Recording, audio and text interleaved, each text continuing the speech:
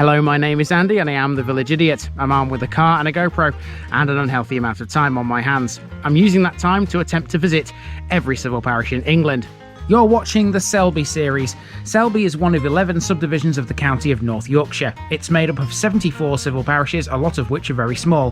Which one are we in this week? Welcome back to Selby, everybody. There are 3 to go. 2 towns and 1 that's definitely not a town. This is the first of the 2 towns, and we're starting here on this corner where there's a memorial. And this is apparently to a man called Glenn Goodman, who near here fell 7th of June 1992. It looks to be a war memorial of some description, although that's a police logo actually, so he may have been an officer, a police officer. I'll find out a little bit about this. This is the starting point for the town of Tadcaster.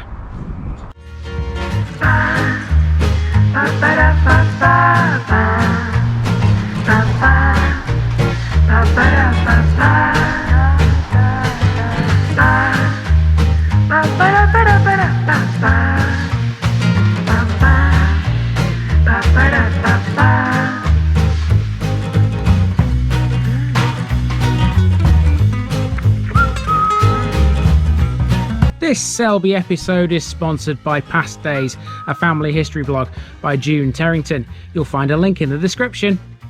Here's my disclaimer for people who may be watching me for the first time. I say things as I would in my native accent and dialect. As a result, I may not pronounce things in the same way as the locals do. Remember, I'm a visitor. It's impossible to know everything. Leave me a comment, spin me a like and bash that subscribe button. Let's get to today's parish video. Tadcaster is a market town located in the far northwestern corner of the Selby district, lying some 3 miles east of the Great North Road and 10 miles southwest of York. It's a town which has had historical importance from Roman times onwards, thanks to it being a major crossing point of the River Wharfe until 1978, when the Tadcaster bypass was built. Tadcaster's Roman name is Calcaria, deriving from the Latin word for lime. It was named as such thanks to the underlying limestone in the area we learned about back in the Stutton with Hazelwood episode. The modern name is partially derived from the Latin word castra, meaning fort. Tadcaster likely means Tata's fort, named after an unknown Anglo-Saxon landowner. Industrially, quarrying has always been important around here, but Tadcaster is known mainly for brewing these days. There are 3 breweries in the town, one of which is the oldest in Yorkshire. The brewery in question is also the only remaining independent brewery in the town. A 4th brewery used to stand close to the banks of the River Wharfe. Speaking of the wharf, thanks to its position on the banks of the river, parts of the town adjacent to Tadcaster Bridge are prone to flooding, unfortunately, although flood risk management schemes are ongoing. And it's twinned with Saint-Chély d'Apcher in France, so let's see if there's any French flair here.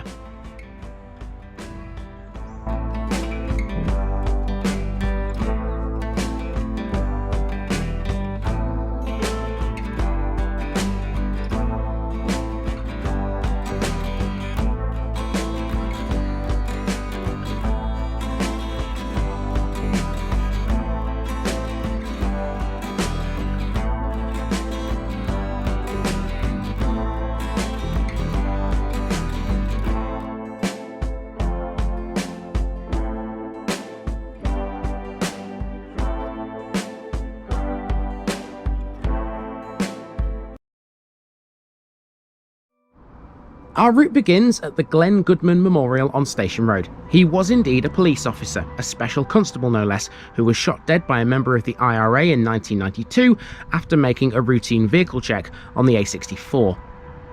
Not far away, there's a leisure centre which provides a variety of sport activities and is the base for private sports clubs and a physiotherapy clinic. Tadcaster also has a community swimming pool which opened in December 1994. Over the road we have one of Tadcaster's schools. That is St Joseph's Catholic School, and the associated Catholic church, opened in 1869, can be found along the street dead opposite this, aptly named St Joseph Street. It serves Tadcaster and the surrounding villages. The church also has a connection to the Tanzanian village of Nagakuma. In 2019, the church provided its 350 families with a hand pump well, which provides sufficient water for their daily uses. So right next to St Joseph's Church, you've got the St Joseph's Parish Centre. That's that building right there. The Vavasor's medieval chapel of St Leonard's at Hazelwood Castle was where Tadcaster's Catholics worshipped before this was built. When it was built in 1869, St Joseph's Church was made of red brick. It looks a little bit different now. If you peer over the wall next to that, you'll see Tadcaster Bowling Club. Other sports clubs in the town include Tadcaster Rugby Football Club, Tadcaster Harriers Running Club, and the Tadcaster Tornadoes basketball team. On the end of St Joseph Street is the Barn. This is a community centre for everyone living and working in Tadcaster and surrounding villages. Tadcaster's meetings of the University of the Third Age, or U3A for short, are held here. I've included a link below to explain what that is. It's quite complicated. Outside the barn is one of a few information boards you'll find around the town telling you about the history of the place. This one talks about the biggest thing it's known for: brewing. So according to this board, St Joseph Street marks the line of the town wall, which continued across the road beside John Smith's brewery, following Centre Lane.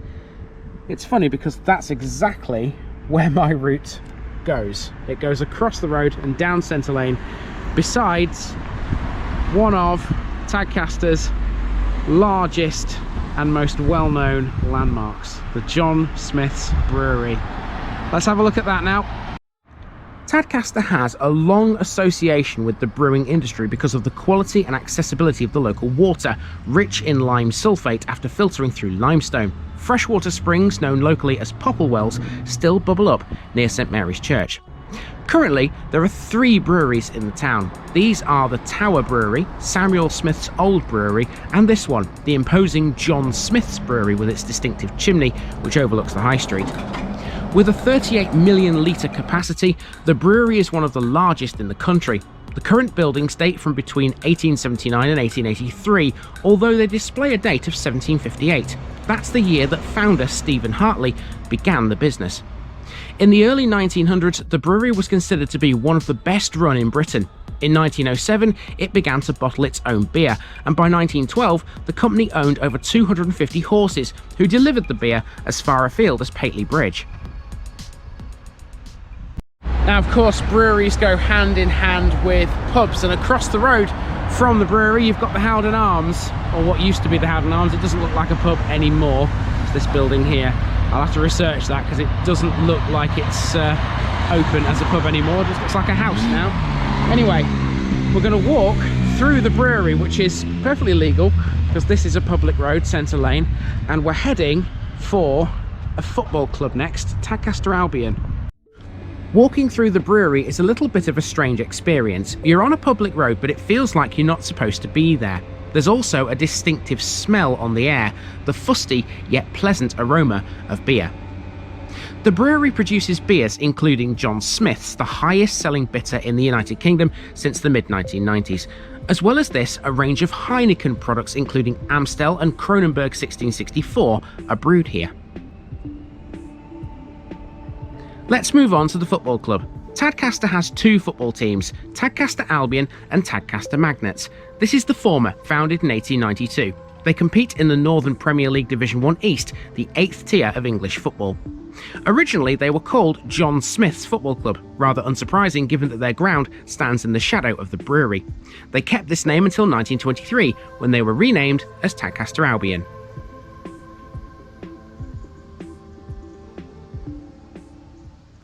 So it's perhaps no surprise, given that this is right next to the brewery, that Tadcaster Albion's nickname is the Brewers. Just like Burton Albion. There's another football club which you may be familiar with because they play in the Football League currently. They're called the Brewers too. Burton-on-Trent is quite famous for brewing too, but we'll cover that when we get to that part of the country. This is about Tadcaster. Let's go back through the brewery now and head into the town centre. In fact, speaking of Burton-upon-Trent, Tadcaster is second in importance only to the Staffordshire town as an English brewing centre. We've now come around the John Smith's Brewery and we're on the High Street. Tadcaster used to be a much busier town than it is today. In 1964, the local railway station closed, and in 1978, the A64 Tadcaster bypass was built, both substantially reducing the town's footfall, as did the reduction of the town's market. As such, it does exhibit some signs of urban decline. Tadcaster still has an appeal though, and the town's history trail is still well worth following. On this corner, we see another board. The metal bench next to this has the word Calcaria carved into it, Tadcaster's Roman name. Despite the decline, Tadcaster has not been short of a pub or two in its time, a lot of them owned by the local breweries. On Chapel Street, we have the Falcon. What Pub tells me this is a Samuel Smith's conversion of a former John Smith's house.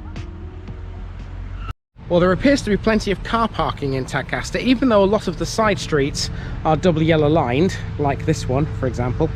There's a massive car park which I've just walked past over there behind that wall. So you're never without a place to park in Tadcaster, which is a good thing. Let's carry on walking.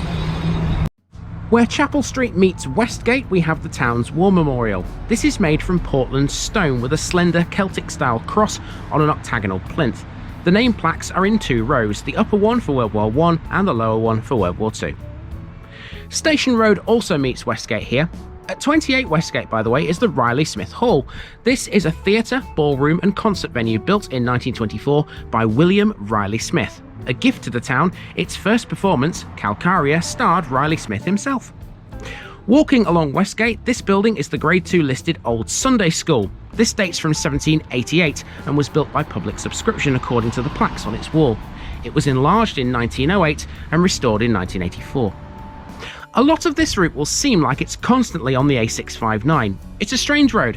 When it reaches the town centre, it splits into 2 pieces, which is why the High Street, Chapel Street, Westgate and Kirkgate all have the same road number. So of course, with the street being called Kirkgate, that's always a big clue that there's a church nearby, because Kirk is an old word for church. And this one is open. This is St Mary's Church. Let's have a look inside here, shall we? See what we can find. Ooh. It's quite light and airy in here, actually. I thought it might have been a bit darker. Plenty of stained glass. Let's have a look at these stained glass windows. There's a few over here. Let's start with those. There's one.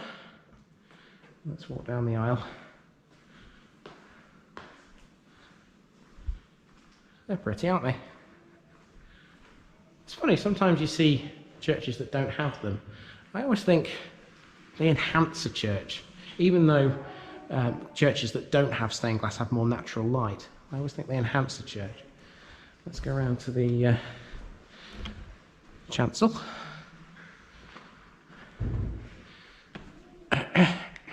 There's 2 like murals, tablets, whatever they are on the wall here. Can't read them from this distance, can't tell what they say. No rood screen in here. There's the organ. I'm not alone in this church, there's a family just walked in as well. I'll do my best not to catch them.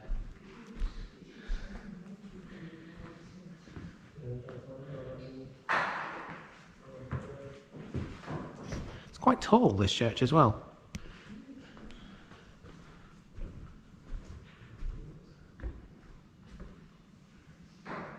Very pretty. St Mary's Church stands on the banks of the Wharfe and was founded in around 1150. A wooden building existed before the current church, which was destroyed by Scots in one of the many incursions after the Battle of Bannockburn in 1318. It was rebuilt sometime before 1480. Due to repeated flooding, it was dismantled and reconstructed between 1875 and 1877 on foundations raised by 5 feet, though the tower was left untouched.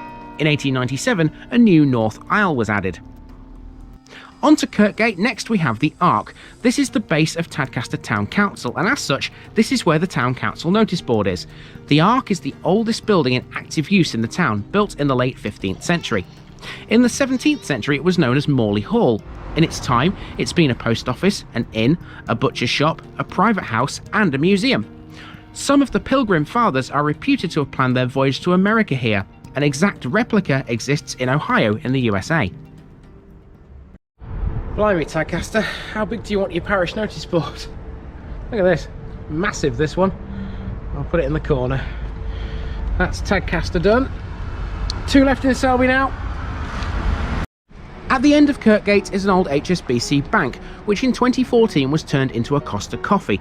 Until its renovation, the building was empty for a time. This was Tadcaster's only bank, and the town currently has no other. Opposite this, we have Samuel Smith's Old Brewery. This is the oldest brewery in Yorkshire and the only independent one left in Tadcaster. It's owned by Humphrey Smith, who is a major landowner in this part of the world. Next, we pass a local butcher's, Divine Meats. Shop local, guys. We're heading now for Tadcaster Bridge, which will take us over the River Wharfe. The current bridge dates back to around 1700 and is the main transport route connecting the two halves of the town centre. The A64 is the only other way to cross the river by car locally, but of course that's out of town, meaning Tadcaster Bridge is the only way to cross the river in the town. This caused chaos in 2015 when it partially collapsed following flooding. This bridge right here in Tadcaster town centre is the only way to get across the River Wharfe in your car. However, you can walk across the wharf on foot using another method.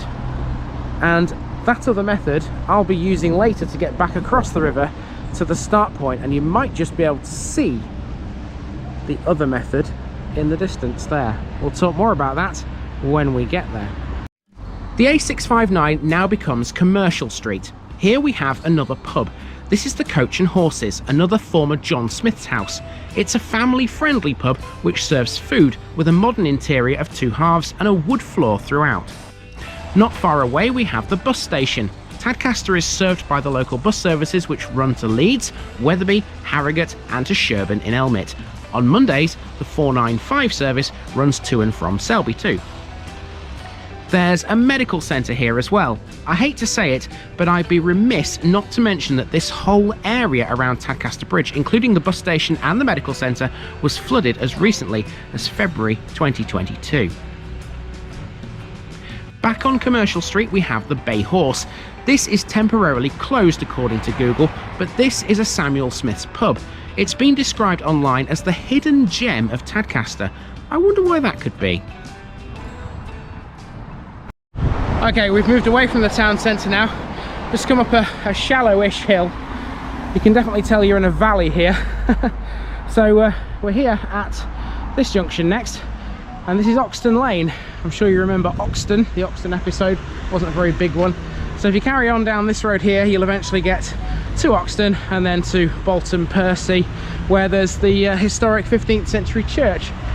And there is a road sign which tells you about that on this corner. I'm going to walk down here a short way before taking a left through a housing estate next. Now then, allotment fans, you've got your fill today. There are at least 3 allotment sites in Tadcaster, and I know that because I passed all 3. This is the only one I recorded though, because I can't overspoil you. The housing estate off Oxton Lane is not much to write home about, but I found these terraces to be of interest for some reason. At the end of Sandfield Terrace, there's another school too, Tadcaster Primary Academy. Next, it's York Road, and here's another pub. That right there is the Broken Bridge, which used to be known as the Leeds Arms. It's another modern conversion of an old John Smith's house. A&K Lee Family Butchers is right next door. I followed York Road for a short way. You might remember the Stutton episode from way back when. It was at the very far end of this road where the A659 meets the A64, where I began my journey into that one. So at this point on York Road, I've been going for about an hour and 20 minutes. It's not a big town, Tadcaster, but it's certainly no village. I think I'm about halfway round. When I reach the next road that I'm going to turn up on the left, I would say that's about the halfway point. That's where we turn round and start heading back towards the town centre, across the wharf, to catch a few other little bits and bobs on the other side and get back to the car. So I would think about a 3-hour walk in total, this one. So yeah, certainly not the smallest place ever, but not the biggest. And yes, Tadcaster may well be no village, but once I turned the corner into this housing estate, it felt much less like a small town and more like a big village. This is the Osterbank estate to the north of York Road. Via a footpath at the end of Osterbank Crescent, we emerge onto Parkland Drive, a much newer estate. This was a pleasant part of the walk, all told. It was very peaceful, only broken by the sound of passing pedestrians as opposed to traffic. We cut through a small green recess next, which contains a children's playground. On the map, this is marked as Wig Hill Playground. There are others like this dotted around Tadcaster. There's a similar one not far from Tadcaster Primary Academy. These wooden-clad buildings on Rosemary Row are next as we now start the long, gentle descent down the valley side again as we head back to the River Wharfe. One thing we haven't mentioned yet is Tadcaster's main supermarket.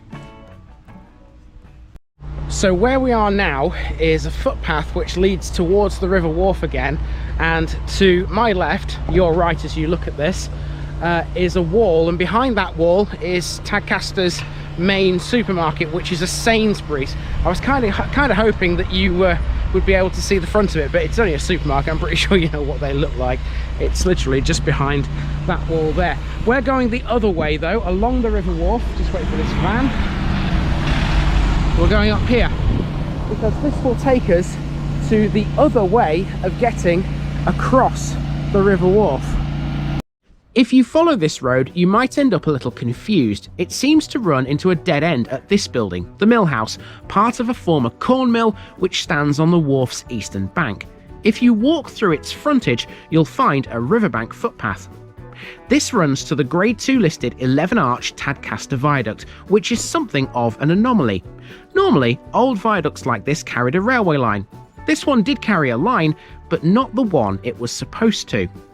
It was built as part of the York and North Midland Railway's Leeds extension line, which was supposed to run from Leeds to York. Construction of the line was authorised in 1846, but 3 years later it was abandoned before it could be completed. However, there was a railway line on this viaduct between 1883 and 1959, when it carried a short branch line which serviced the corn mill we've just met. The viaduct was turned into the Tadcaster Viaduct Walk in 1980 by the Town Council. These walls are quite high. I don't know how much I'm going to be able to see from here, but I imagine if I put the camera up in the air, you'll see more than me. So there you go. It'll be interesting to see what that looks like. That's off to my left, looking south. Let's go the other side and look north. The wall is just as high this side, so again, I can't see nothing. And I'll be able to see when I review the footage. I imagine it looks fantastic. At the end of the walk is the third brewery on Wetherby Road. This is Tower Brewery, which was founded in York in the 18th century as Hotham & Co., who had a brewery in George Street. Lack of room for expansion there led to the construction of this site in 1882.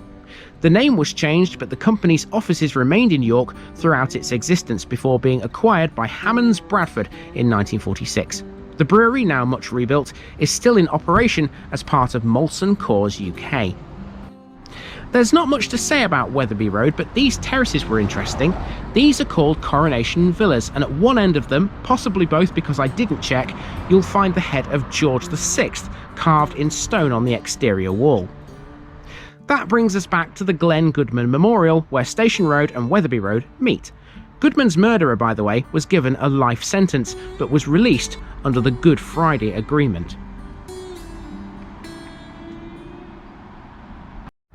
Okay, so I'm back at the car, but the walk is not yet finished. This was all part of my plan. The devil's in the detail, as they say. I'm going to sit in here for 5 or 10 minutes while I just eat something, because I've been going for about 2 hours now. And then the walk continues past this entrance to Tower Brewery, and then it sort of loops around back on itself, comes up through an industrial estate over there, and eventually ends back here. So I reckon I've got about another hour's worth of walking to go. After a brief pit stop, I was on my way again. Station Road continues west, and along it we find the base of two of Tadcaster's emergency services, these being the police station and the fire station, right next to each other. At the end of Station Road, we make a sharp left turn into Tadcaster Cemetery. It's situated on a triangular piece of land opposite the site of the former Tadcaster Union Workhouse. This has a storied past, relating mainly to its provision in the late 1870s. It's far too long to condense into this tiny section, so the full story is linked below. Inside, there are two chapels, one for Church of England, the other for nonconformists, built with Bramham stone and slated roofs.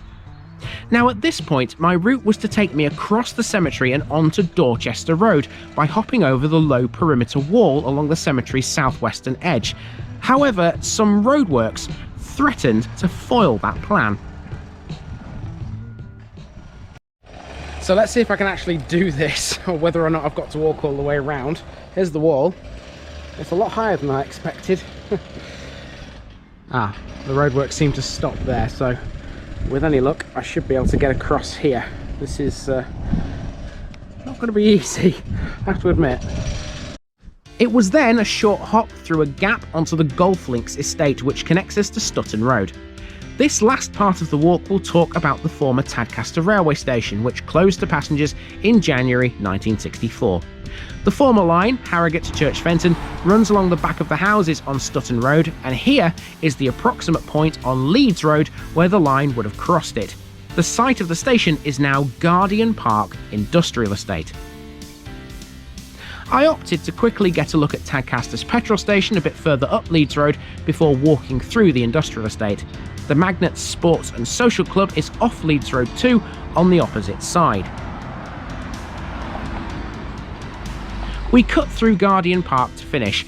Like many stations on the former railway line, Tadcaster's was never a commercial success. Much of the passenger traffic resulted from special trains for the students of Tadcaster Grammar School. And basically from here, this links us back to Station Road to complete the walk, and that's taken me another sort of 45 minutes. That didn't take me as long as I thought to do the end section, so yeah, that's a bonus, I suppose. Right, you guys need today's picture bit, which is coming up shortly, although I do want to mention something just before I do introduce it. One thing we haven't seen on this walk around is Tadcaster Grammar School, and it's not in the picture bit either, because contrary to popular belief and the name of the school itself, it's not actually within Tadcaster's boundaries. It lies within Newton Kyme cum Toulston, so we'll be seeing that in next week's episode. Here comes the picture bit, people.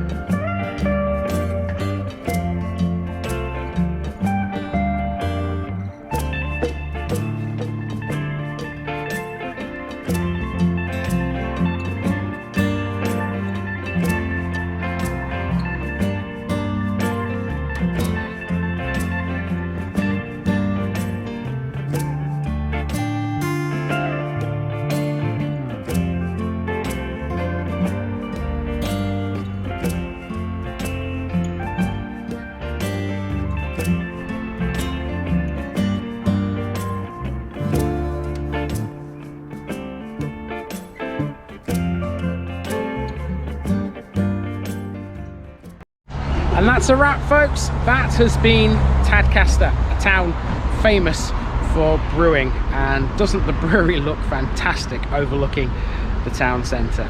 Brilliant. I've enjoyed every single minute of this one. It stayed nice out here, the sun's been up, and it's been just generally awesome. A good way to describe Tadcaster, actually. I don't think I've ever actually walked around the town centre before. I have been here before, but certainly I haven't explored it to the extent that I have today. And I do hope you've enjoyed what I found for you. Time to move on to my next one. This has been the town of Tadcaster, and I've been Andy, also known as the Village Idiot, and I am out.